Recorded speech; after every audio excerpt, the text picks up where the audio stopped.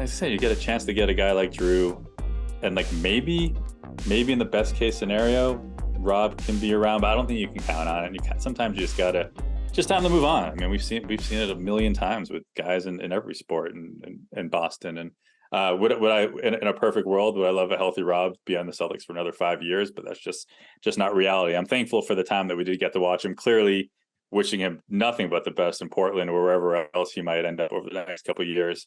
But I think it was a deal you had to make, and I was okay with it. Like when I saw that he was involved, and maybe it's a little hard, like after losing Marcus in the same off season, you're like a little bit numb to the feeling. But yeah, it's a bummer, but it's cool. This is the Winning Plays podcast on the CLNS Media Network, the leading online provider for the NBA's winningest franchise. Winning Plays is back. The Celtics season is back. Rich Levine is back. Things are coming up Millhouse here in October. Jrue Holiday is a Celtic, and Rich, we had to bring in the big guns for this. This is, I'd say, judging by the reaction at his introductory press conference on Wednesday here, I'm not sure ownership or Brad Stevens has ever been happier with any kind of acquisitions they've made certainly in the last decade. You think so? What's that say about what they really thought about this team before the Bucks somehow landed Dame? we were all kind of saying the same thing, right? Like, what's the plan here? Like they're easily worse than last year. They're not a bad team, but they're most likely worse than last year at the very least. And now a multi-time All-Star, NBA champ, all defense. He averaged almost 20, like 19 plus, like 7 and 5 last year. I was kind of shocked by that line. I mean, that's like an all-around piece. That's a championship piece. Clearly, the only championship, the only guy on the team now with a ring. It's nice to have one of those. Mm-hmm. What can I say? I mean, it's great. I mean, I still think, as we talked about last time, a lot depends on KP and Porzingis and his health. If he's out there, if he plays late high 60s, low 70s in games, and he's healthy for the postseason. I mean, there's a reason that they are the favorites to win the title. And when you throw that resume that you put out there with the fact that like the fuel of like going against the Bucks here for Jrue Holiday to be like, okay, it's one thing to just get a guy like this that's like as high character a guy as you can dream about, and obviously, and he's getting up there in age, but he was an all-star last year. There's clearly enough left in the tank at this point for at least the next year or two, it seems like. But then you throw in that part of the equation there. It's just like, while also taking the pressure off of Porzingis, to your point, in terms of like, okay, yeah, you're here, you're really important, but you can get hurt, and we're going to be able to manage that during the regular season. Like, that's going to be okay as long as you're good April, May. Like, I feel like that the margin of error here has gone down quite a bit when you have just 4 guys like this in place. Yeah, and we talk about those numbers. I don't think obviously that's not the expectation here. For most of last year, I think he was the number 2, and with Milton coming back, like in this offense, in this starting lineup, like he's the 4th option, maybe the 5th, depending on how Derek's feeling. Sure. Like I said, I mean it's scary. And again, once you get onto the bench, which like last year, most of the conversation was such a deep team, like this team is built for the long haul. Not quite the case as much this year. Between Al and there's a lot on Pritchard, a lot on Hauser, asking a lot for Al at his age. So like once you get past that first 5, it's not quite as exciting. But as long as they're there, like, once you get to the playoffs, once it really matters, you need 6-7 players is really all that's going to matter. Right, and that's like Pritchard, Hauser. Those guys have shown they can be solid regular season contributors, and that's something that now Joe Mazzulla will have to play them. Like at points last year, obviously they were, there just wasn't room for them, and now you've. Not only have you made yourself a better playoff ready rotation with the ability to still add another name, I think that they'll probably go after, I assume, at some point during the year to kind of give them an alternative on that front line in case Al. Do you have any names that can get me excited? I did write on this already, Mass. I'll pull that up in a second for you. We'll get your pick of the litter on that list later in the pod here. But it is a situation now where even like Luke Corner, like all these guys, like you can get 15 minutes out of these guys and be fine if they're on the floor. It's like you're gonna be able to have two of these guys on the floor at all times out of Jrue, Porzingis, Brown, and Tatum, and that's just going to be a luxury of where anyone else on the floor from them are going to get great looks. Like Jrue Holiday's going to get more open threes than he's ever had in his career. And again, even Al, like if Al plays more than 25 minutes this year, like that'll be criminal in terms of like what you need to have him be ready for during this playoffs and getting him ready for that. Because I think you could see now those playoffs last year, Rich, like he was not the same guy after facing Embiid in the second round. Like, and that's understandable. Like that's a lot to put on him after what should have been a tougher than what it should have been first round series. And so now it's like, no, now we know there's only so many bullets Al Horford has at 37 years old. And now you can actually get him ready for it because you don't need him in the regular season as much. Right. You need him. Like I've said a few times, I think on this podcast, he's like sort of like an older, like Kevin Love at this point, a guy that you're just maybe looking to grab some rebounds, throw his body around a little bit, but mostly just kind of spread the defense. You got to hope that he can hit like somewhere in the high 30s. And that's exciting. I mean, you look at the bench and obviously some of the names aren't there, but like between Hauser, Pritchard, even Svi and Al, you got four guys there that could very easily shoot around 40%. I mean, clearly, if they do, this is going to be even a better season than we're predicting right now. I mean, even if you get like two of those guys to be able to hit at that clip, like you said, surrounded by the dudes that they will be. I mean, I don't know. It's great. I was not very optimistic heading into this year, and that's like I'm talking optimistic like for a title. Like clearly, with the team that they had, anyways, it's a home court advantage. Top four. You're thinking at least you're going to get to the second round of the playoffs, but like. Jrue really, really changes stuff, and it's great. And I'm not surprised that everyone was so excited, like you talk about at that press conference, because I think they knew the same thing. Here's a question: let's say that somehow the Brogdon deal does not fall through, the initial one, the initial one, yep. So you have KP, but you still have Marcus. Yep. Let's say the Dame trade to Milwaukee still happens. Yes. Do you think there's any way that Jrue ends up here? Yeah. I think they would have. You think they would have flipped Marcus and Robb for Jrue? Yeah, I do. I like the timing of those deals, like the fact that they like pivoted so quick from when the Brogdon deal fell apart to like the Marcus to Memphis situation that night essentially makes. Like clearly they had plenty of those conversations before, like that night. Right, that they were ready to part with Marcus. They were ready. Like I feel like they were like, who knows what they would have done, and like you said, like, but if they obviously, they made that initial choice to move Brogdon before Smart, but like it would have not shocked me if they, moved both separately earlier in the summer, like in subsequent deals. And then if the situation played out like it did, if Smart just stayed put and Jrue became available here, yeah, I have no like doubt. It would have been maybe even tougher to swallow, but like I think from a on-court standpoint, it's hard to argue with as far as like Jrue has a questionable playoff resume from a standpoint of like his numbers go down, but like there's no doubt like he was miscast as a number 2 option with the Bucks a lot of these in recent years, where that's clearly like beyond his realm when Middleton was hurt. And now in this offense, if this team is healthy, like you're asking him to be a number 4 option. And that's, I think, a far better place for him than it was for, Marcus Smart in that role. Right. Yeah. If Jrue somehow ends up as the second option on this team, like there are bigger issues. Yes. Don't need to worry about another title. But like you said, we talk about his career, about his accolades, about his resume, and you're like, oh, like is he going to have that fire? What does he have left to accomplish? But like you said, man, he's got all the fire he needs. The team just gave up on him for good reason for Dame Lillard. But like, man, talk about having that fuck you in you.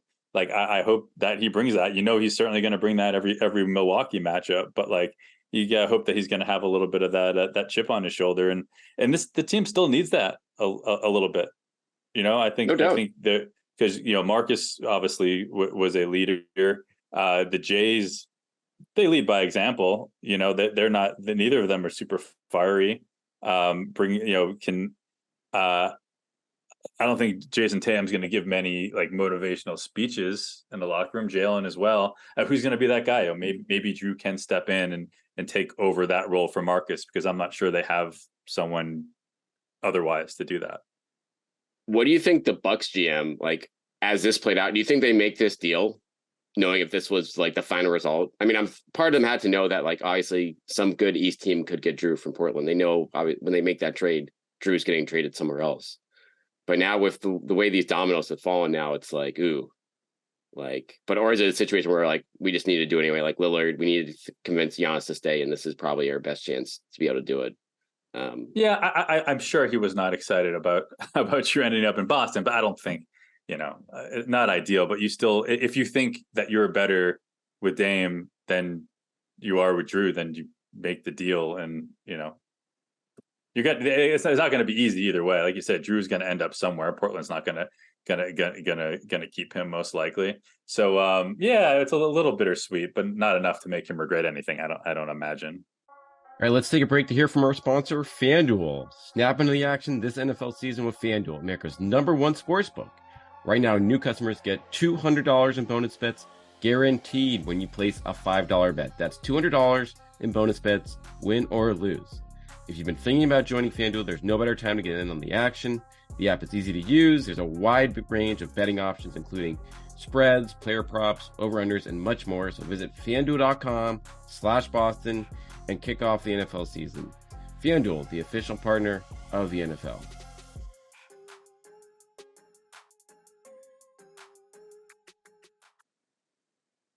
Did you think Rob would be on the table as much? Like when I analyzed this deal before it came out, I was like, ooh, they're not going to be able to pay Jrue, and they have to include Rob Arow. Like, I don't know if they're going to be willing to do that and add picks on top of it that the Blazers clearly wanted here, but clearly they swallowed hard and did it here. Is there any twinge of regret in you for that? Do you think that's just the price you got to pay? I wouldn't say regret. Like, it's obviously sad losing a guy like Rob. He was for the last handful of years, like not even for what he was, but the thought of what he could be. Like, there's nothing better than like young talent imagining like the best case scenario. But we got like at least two. I mean, certainly one. To even have one finals run with Rob, I always felt like that's what you were going to get. Like, how can you count on this guy to be healthy every year at the end at the end of the season? It never felt like it. It always felt like like load management to the max, and like always waiting for the other shoe to drop, always waiting for him to just come up a little bit limp or whatever was going to happen. I felt like that was the shot. Like, you get Rob healthy against the Warriors, you got to do it. And now it's just like, yeah, maybe you keep him around and he can have another. How many games did he even play last year? I know he was. I know he was between 40 and 50. I would think maybe. Yeah, and I know he was healthy. Obviously, in the postseason, the Celtics had other issues by that point. But like, it's a bummer. I mean, who didn't love Rob? Like, not just like his game, which was mesmerizing, and he always like. I don't necessarily think he's reached the max of what he's going to be able to do out there, but he was just seemed like just a chill, like solid guy, clearly well liked within the locker room. But I say you get a chance to get a guy like Jrue, and like maybe in the best case scenario, Rob can be around, but I don't think you can count on it. And sometimes you just time to move on. I mean, we've seen it a million times with guys in every sport in Boston. And would I in a perfect world, would I love a healthy Rob be on the Celtics for another 5 years? But that's just not reality. I'm thankful for the time that we did get to watch him. Clearly wishing him nothing but the best in Portland or wherever else he might end up over the next couple of years. But I think it was a deal you had to make, and I was okay with it. Like, when I saw that he was involved, and maybe it's a little hard, like after losing Marcus in the same off season, you're like a little bit numb to the feeling. But yeah, it's a bummer, but it's cool. Yeah, only 35 games for Rob last year, so even less. I mean, he was out the first 2 months there. But to your point on that, like, it's when you factor in the injury concerns to the fact that, like, even when he is at his best, like, is he a guy you're going to be putting in at the end of? Is he in your crunch time lineup anyway? And maybe he would have like developed taking that step this year, but by and large, like, even at his best, like, you're not necessarily playing him over Al in those spots because for the shooting and just for the experience, etc. Like, his ceiling obviously is much higher there, but he was never consistent enough at the spots that mattered, I feel like, to where you kind of have to factor in being like, okay, this is a guy that we might not be playing when it matters most, and we're trading him for a guy that will definitely be in the game when it matters most. And that kind of a trade-off when you're in this kind of win now window, I think, probably just ups the ante with the fact that Jrue Holiday, like, this is a guy, like, there was no guarantee a guy as good as Jrue Holiday would become available this year. Like we talked about earlier summer, it's like we assumed there was more to come here, and maybe there was a potentially better fit out there, but it's tough to envision it for sure when a guy like this becomes available. Right, and that's the NBA, right? You never know what's going to happen. All you can do is like keep yourself in a position where you have options. So like when Jrue Holiday is suddenly available, you have the ability to go and get him and make a run at him. And the Celtics, with the picks that they still have left, like, are still kind of in a position to do that. But it's funny because I was looking at like last year, like Rob's playoff numbers, just thinking about like the loss of having him in the postseason, because that's really, I don't know, that's what ultimately matters. But like you're looking at, and he played in all 20 playoff games, which I was a little bit surprised by. Like 21 minutes, but 7.7 points, 6 rebounds, a little more than a block. Like on one hand, you're thinking, okay, you can probably replace that. But then like you start looking at the analytics, and all of a sudden, like, he's just like popping again. Like, even like despite those numbers, Yeah. He was like, like second best defensive rating, third, really the top offensive rating, because the other two are Muscala and Cornette, for guys that had a higher O rating than Rob. It's like it's wild. He just somehow, when it comes to the analytics, still is proving to be a much more significant player than like 7, 6, and 1 would suggest. And you're going to feel that, but like, can you count on it? I don't know, maybe. But this is a time you gotta like. How many more years do you have here with the Jays to really make this happen? Like maybe 2. one. Yeah, like one after this year. I think this is like the window was already going to be. I mean, we know Jalen's not going anywhere this year, but after this year, like, things, especially if they extend Jrue, like, things get really pricey in a real big hurry, to a point where, like, even if they win a title, then everything changes in terms of how you build this team. But if not, then we're guaranteed to have, I think, one, if not 2 of these top 4 guys, like, probably somewhere else in a couple of years, if this doesn't work. If they want to build out a fuller team and build out a team without having to pay incredible, historic luxury tax amounts based on the tier tax that they'd be hit with by having, paying 4 guys 160 million combined or whatever. So, I mean, that's stuff to worry about down the line. But for now, like you said, this is the time to do it. They really hadn't pushed their chips all in on any season in recent memory, short of 2008. And so now it's they found a window to do it, and they did it. And it's, for better or worse, it's they at least are giving themselves a fighting chance here. Is Wenyen Gabriel gonna be the third big man on this team? He's gonna give Luke Cornette a run for his money. Yeah, it's so here. I did pull up the list. I have the list for you. This is what these guys are better than Wenyen Gabriel. Are these guys better than Wenyen Gabriel and Luke Cornette and O'Shea Brissett, who will be? I mean, he'll be playing more 4 than 5, but we'll see how creative they get with that. So, what the Celtics have to add here, they have the Grant Williams TPE, which is like $6.2 million. So you can trade for a guy making, a little more than pocket change in the NBA. Then they could obviously make a person for person trade, but there's not a lot of salary to do that.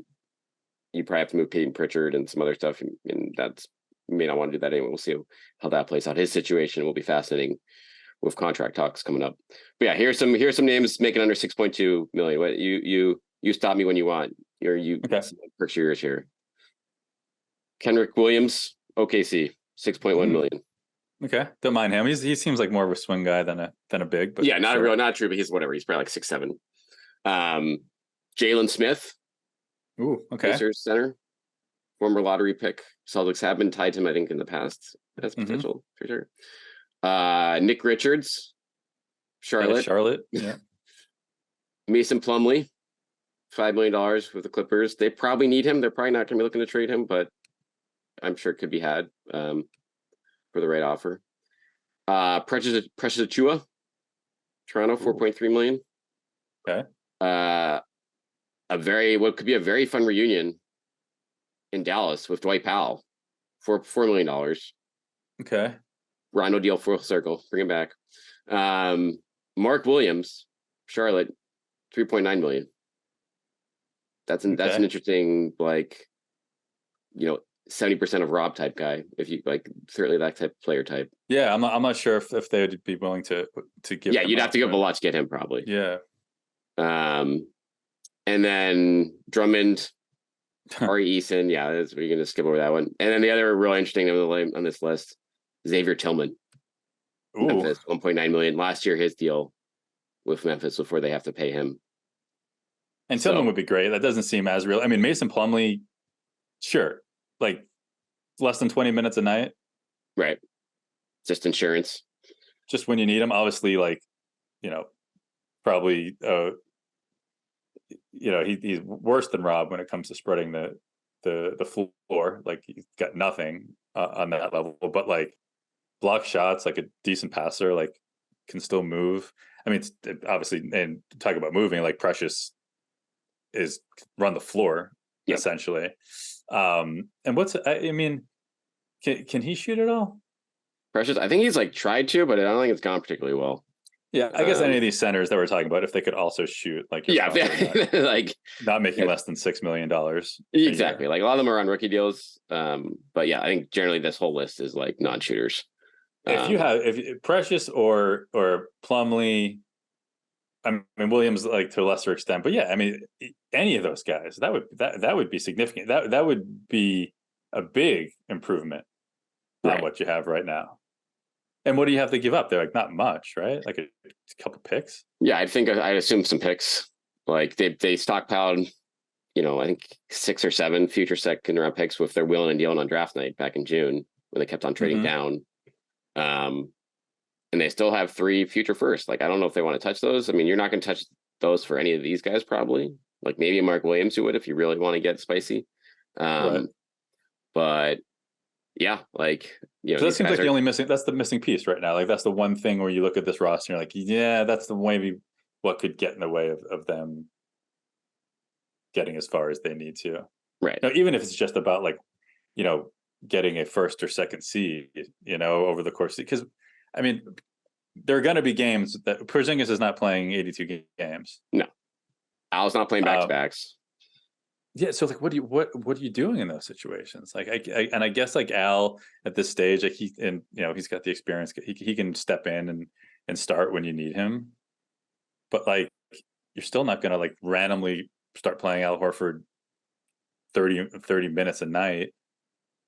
And then they did last year and it didn't work well. Or like, sure, but at least that was more of the expectation, I think, to a certain extent. I mean, we were still starting last year. Yeah. And you still have Rob there, but like you just don't have really anyone behind him. I know Cornette's done it in spots. It's like he was decent last year when they needed him, and obviously Blake is still a free agent out there. Still hanging out. Yep. I think it would be a mid-season return for him, and whether it's Boston or some team out by you in LA, like that'd be my guess. But they, I'd be shocked to see him if we see him in 2023. I bet it's like closer to the trade deadline or something like that if he gets the itch. What's the deal? What's Nimias Queta? Did I say that correctly? Yeah. What's the deal? Do you know anything? I mean, 2A guy. He's 7 feet. I know that. Yeah. I mean, he's played with the Kings for a while here. And I'm very curious to see him in these. Like, they're going to play 3 preseason games next week, and he's probably going to get played. If he is playing one of those games, that's a sign that maybe he's looked good in practice. If he can't get on the floor at all, then that kind of tells you if he's going the Capangeli route. Why in the world are they playing back-to-back preseason games? It's a bizarre setup for sure. But yeah, I presume you'll probably see no one meaningful in any of these on the back-to-back Sunday, Monday here coming up. Right. But it'll be a good chance to look at. I mean, it'll be really an interesting competition. Guys 10 through 15 on this roster, a lot of non-guaranteed guys. Celtics could try to look at some guys that get waived from other teams, since a lot of teams have just 17 players on their roster on guaranteed contracts, so they're going to have to dump maybe someone intriguing. We'll see. I saw a breakdown today. It was like something like OKC still has to cut like 3 guys potentially. Yep. Yeah, there's like a bunch of teams like that. Yeah, so that will be interesting. It makes sense that they are waiting. Because how many roster spots are open right now? So they technically, with Lamar Stevens, they have 15 guys, but I think 4 of those guys are on non-guaranteed deals. So like they could pretty much cut him with no. Like Stevens is on there non-guaranteed. I think Gabriel is on a small or non-guaranteed. So everyone's playing for their spots. Like maybe they keep everyone, maybe they like all these guys and they stay put, but they have definitely given themselves the flexibility to make a trade during the preseason, or just, someone got waived here, maybe we can pick him up. We can offer him a spot. Like they'll at least have a chance to sell any decent big guy to be like, hey, you could actually come play here. Like, you want to play a contender? Like, here you go. Totally. Yeah, no, that's like the PJ Brown kind of move. I like that Gabriel is a New England guy. Yeah. I didn't realize strong. I mean, by way of Sudan, but still, like, still grew up Western Mass and New Hampshire. Yeah, he played in Manchester, and I think he played out in Western Mass too, out by Springfield. So like, I hope he clicks. That'd be cool. Yeah, he was super pumped. He talked to us at practice on Tuesday, and it was very, very excited that it kind of lined up well for him here. And yeah, we're gonna wrap things up. Paul Pierce hanging out at practice this week, hanging out with Tatum all summer. Eddie House doing a 3-point contest with him and Pierce, with Tatum talking trash to those guys, and Sam Cassell. I saw that. Rounding it out. Was that a lot of fun? I imagine. What do we need to pay these guys to hang around all year to add some drama to practice for us? But I don't know if Pierce is the best example for some of these guys. Did he have his shades on? No, he was going straight on. He looked okay. He looked okay. Clear. He was taking shots. He was making threes, so he had a clear mind. Listen, Paul Pierce could be blocked out, and I imagine could shoot 35% from 3. But yeah, I mean that's cool. I know obviously Eddie's around because he's working on TV again this year, right? Yeah. Yep. I wonder if Paul. I don't know. Paul doesn't need to. I don't think he's going to come back to Boston and do that. Oh, who knows? I mean, maybe he needs the money, but I know that him and KG have their show. That's right. Out there. But was he just around? Was he just in town? Did he say anything about like why he was there? Or it's just it sounds like interviews. Joe Mazzulla talked about how he had written an email to everyone, all Celtics alum, to be like, hey, we want you guys around more often. Come to practice, come to games whenever you want. Like, that's cool. So Joe seems like a different guy in general too, talking to us this year. He's much more at ease. Really? Much looser. Yeah. It's jarring in a good way. That's great. I mean, it makes sense, right? I mean, I think when you think about the circumstances in which he took over last year, it's very understandable that it was a whirlwind for him, and I'm sure obviously learned a lot along the way. Let's hope, and if not, he doesn't need to look far to see a bunch of guys that are ready to take his job. So that's the truth. They have him lined up if they're needed, but he's got everything right there for him, and he just needs some good health and maybe some better late game management to pull things out here. But there'll be plenty of time for that. yeah, I will say the vibes are good, Rich. We'll actually see some games coming up here in the next few weeks. That's crazy. So this month, we can say the Celtics season starts this month. Like couple weeks. 3 weeks away, I think. What is that? What is it? Like what day do they actually start? I want to say it's the 25th. Yeah, so just under 3 weeks. Last Wednesday in October. But does Jalen look a little bit more jacked this year? His arms. He does, yeah. I think you're right. Like he is. I mean, he's always I think added muscle every year, but I think it is like pretty distinct. Like looks probably as jacked in the upper body as he has. So Wednesday, October 25th at New York. Could see them losing that game. And then Miami on Friday. Wow, that's how you start the season. It's a fun 1-2 out of the gate. Mm-hmm. And then a nice Wizards game on the Monday afterwards, in case they start 0-2. But okay, we can break down the schedule next time. Yeah, we'll go win loss when you're back. Yeah, hopefully less. All 82. Nice much year. All right, always great to see your face, Rich. Always great to get. Same to you, my man. And enjoy your last week or so of sanity.